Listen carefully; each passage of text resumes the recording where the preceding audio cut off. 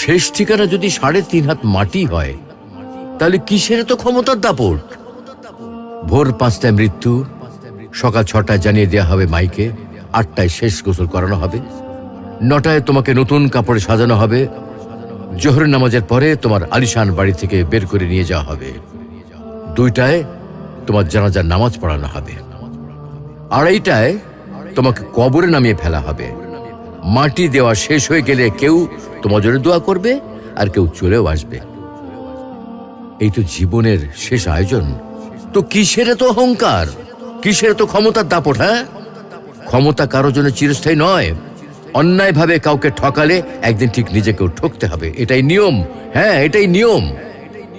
ভোরের সূর্যোদয়ের আলোতে যে পৃথিবী আলোকিত হয়, সন্ধ্যার সূর্যাস্তে তা আবার হারিয়ে যেত দেখি।